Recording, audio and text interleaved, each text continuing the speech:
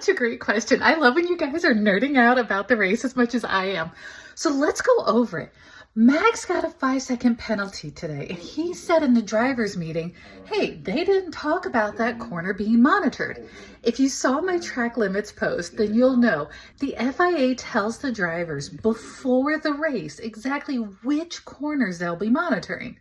So Max is like, hey, they said they weren't going to be monitoring this corner. Why am I getting a penalty? Well, whether or not they were purposely monitoring that corner, drivers aren't allowed to go off track and gain an advantage.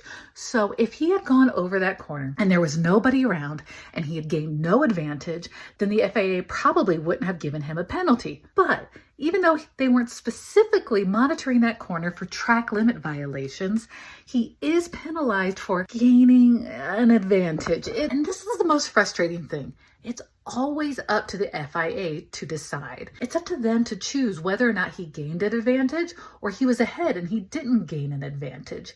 I think the fact that he wasn't forced to give the place back means that the FIA noted that maybe him and Piastri were about equal, but also, like Piastri said, maybe he couldn't have even made that corner if nobody was there. If you can only make the advantage by going off track, then did you really get it? I don't know. I'm not the FIA. I certainly am not the one to decide, but I understand how they got to this decision. And how did the drivers find out?